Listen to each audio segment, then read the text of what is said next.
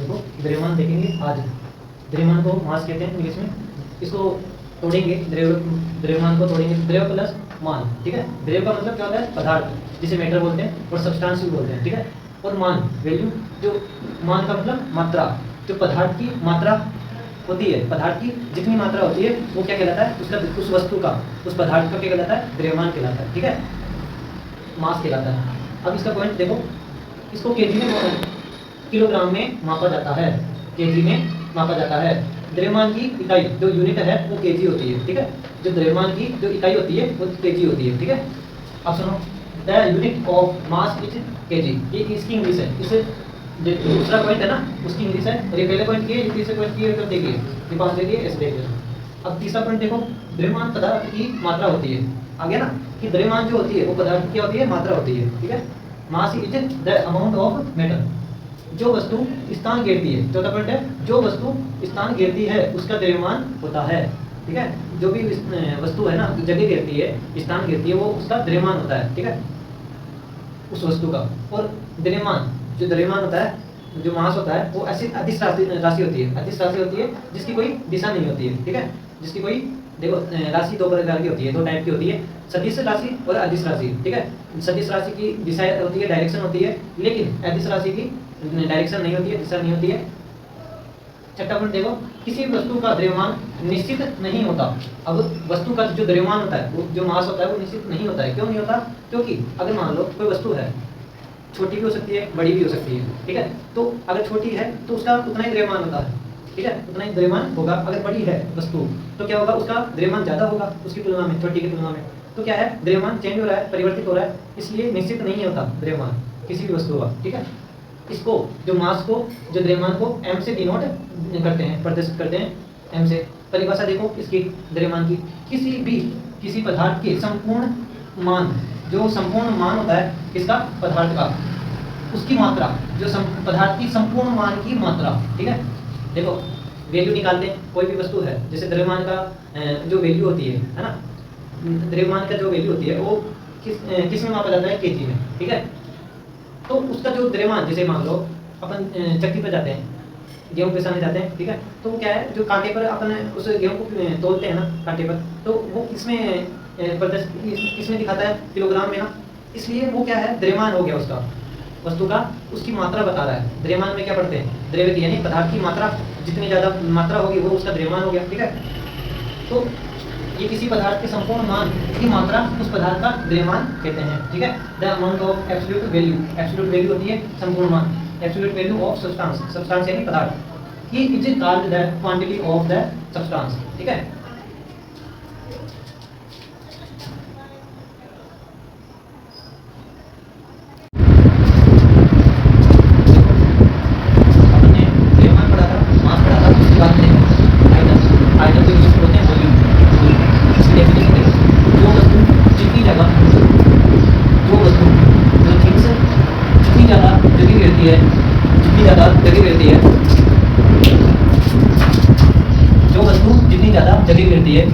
उस वस्तु का आयतन कहते हैं। क्या बोल रहा है कि जो वस्तु जितनी ज्यादा जगह घेरती है उसका क्या होता है? वो आयतन होता है, ठीक है। जगह घेरने को ही आयतन कहा जाता है, ठीक है।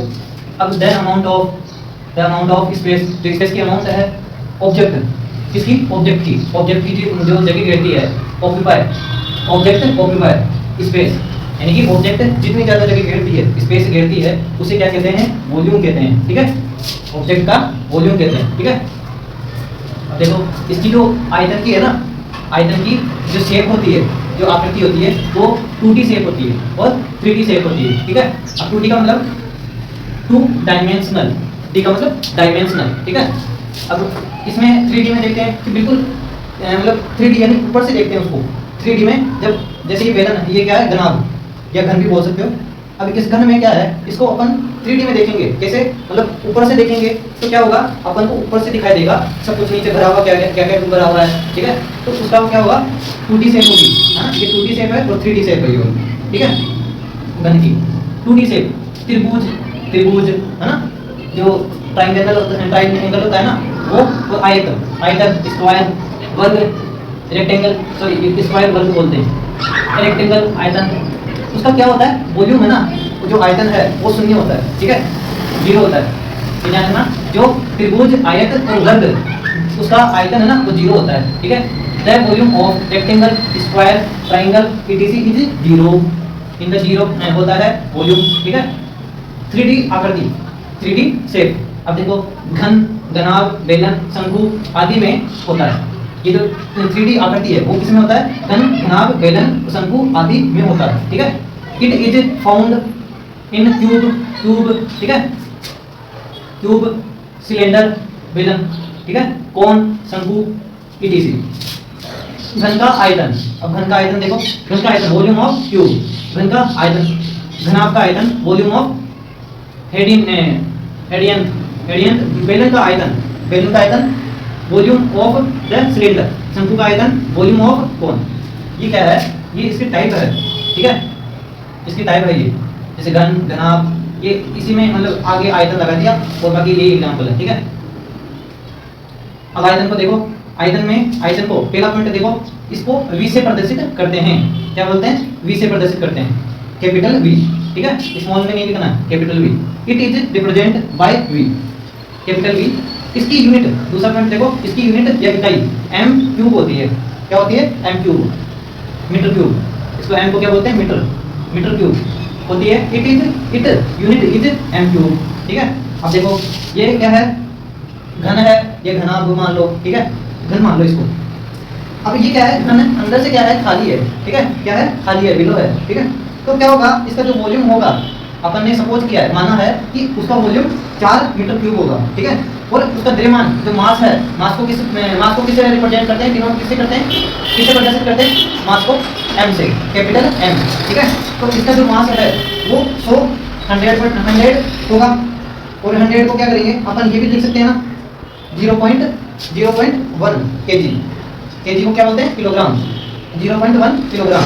इसका पानी, अगर इस घन में पानी भरा हुआ है, ठीक है, तो क्या होगा? उसका जो वॉल्यूम है वो अंदर से कितना, आयतन का मतलब क्या होता है? वॉल्यूम का मतलब अंदर की जो जगह, यानी जगह घेरना, ठीक है। कोई वस्तु जगह घेरनी है, जितनी ज़्यादा जगह घेरती है उसका आयतन उतना ही ज़्यादा बढ़ता है, ठीक है। तो यानी आयतन का मतलब जगह घेरना, कि कौन सी वस्तु कितनी ज़्यादा जगह घेरती है वो उसका आयतन हो गया। अब जैसे पानी है, अब इस घन में पानी है और ये कितनी जगह घेरेगा, उसका वो क्या है? आयतन, वॉल्यूम। तो इसमें 4 मीटर क्यूब है ना। देखो मीटर क्यूब को किससे डिनोट करते हैं? किसको? आयतन को करते हैं, ठीक है। ये क्या है? इसकी यूनिट है, इकाई है किसकी? आयतन की। और 4 इसमें भरा हुआ है, 4 मीटर क्यूब भरा हुआ है पानी। और अपन जो द्रव्यमान होता है उसको किलोग्राम में मापते हैं, ठीक है। तो इसका जो मास है, द्रव्यमान है, वो कितना है? 4000 किलोग्राम है। और इसमें लोहे का चूरा, अब इस घन में क्या है? लोहे का चूरा भरा हुआ है। और लोहे का चूरा तो पानी से क्या है? ज़्यादा वजन होगा, भारी होगा, ठीक है। तो इसमें क्या होगा? अगर पानी भरा हुआ है, तो इसकी तुलना में, इसके कंपेयर में इसका जो आयतन है वो ज़्यादा होगा। और इसकी तुलना में इसका लोहे का चूरे का, इस घनाभ में लोहे का चूरा भरा हुआ है, ठीक है। तो इसका जो आयतन है वो इसकी तुलना में क्या होगा? सेम होगा, मतलब आयतन तो देखो सेम हो रहा है। 4 इसमें भी है, 4 मीटर क्यूब, इसमें भी 4 मीटर क्यूब है, और इसमें भी 4 मीटर क्यूब है। तो वॉल्यूम तो क्या है? अब देखो वॉल्यूम का मतलब क्या होता है? जगह घेरना। अब जैसे ये खाली है, ठीक है, और खाली में क्या है? कुछ नहीं भरा हुआ, तो उतना ही जगह घेरेगा। ये मतलब ये जो बाहर से क्या है, उतनी जगह घेरेगा। और ये क्या है? पानी भरा हुआ है, तो घनाभ तो बाहर से उतना ही जगह घेरेगा ना, उतना ही जगह घेरेगा जितना ये घेरा था। तो क्या हुआ? जो वॉल्यूम है वो सेम होगा, ठीक है। अब इसमें देखो जो लोहे का चूरा अंदर भरा हुआ है, तो ये जो घन है वो बाहर से उतनी जगह घेरेगा ना। तो वही देखो वॉल्यूम सेम है, इसका भी सेम है, इसका भी सेम है। जितनी ज़्यादा जगह घेरना उसका आयतन कहलाता है, ठीक है। अब ये भी उतनी जगह घेर रहा है बाहर से, और ये भी उतनी जगह घेर रहा है, उतनी जगह घेर रहा है ये भी। लेकिन अब देखो इसमें जो मास है, द्रव्यमान है, वो क्या है? चेंज हो रहा है, ठीक है। इसमें 100 था, 100 यानी 0.1 kg, और इसमें 4000 kg बढ़ रहा है, ठीक है। इसकी तुलना में ये तो बहुत ज़्यादा है, ठीक है। 9200 किलोग्राम, 9200 किलोग्राम है इसका क्या है? मास। अब देखो मास की डेफिनेशन मैंने बताई थी। देखो किसी पदार्थ के संपूर्ण मान की मात्रा को उस पदार्थ का द्रव्यमान कहते हैं। उस पदार्थ का जो ये क्या है? अंदर पदार्थ है, किसका? लोहे का चूरे का पदार्थ है। द्रव्यमान को देख रहे हैं अपन, ये द्रव्यमान कैसे ज़्यादा हुआ? ये द्रव्यमान मतलब ये लोहे का चूरा भरा हुआ है इसमें, तो ये क्या है? पदार्थ है एक प्रकार का, ठीक है। तो उसका संपूर्ण वैल्यू, उसका संपूर्ण मात्रा, संपूर्ण मान या संपूर्ण वैल्यू की मात्रा अब इसकी जो मात्रा है वो उसका क्या कहलाता है, उस पदार्थ का क्या कहलाता है, द्रव्यमान कहलाता है। क्या बोल रहा है कि द्रव्यमान किसी पदार्थ के संपूर्ण मान की मात्रा, संपूर्ण मान की मात्रा क्या कहलाती है, उस वस्तु का क्या कहलाता है, द्रव्यमान कहलाता है। ठीक है, यानी कि इसमें कितनी मात्रा भरी हुई है।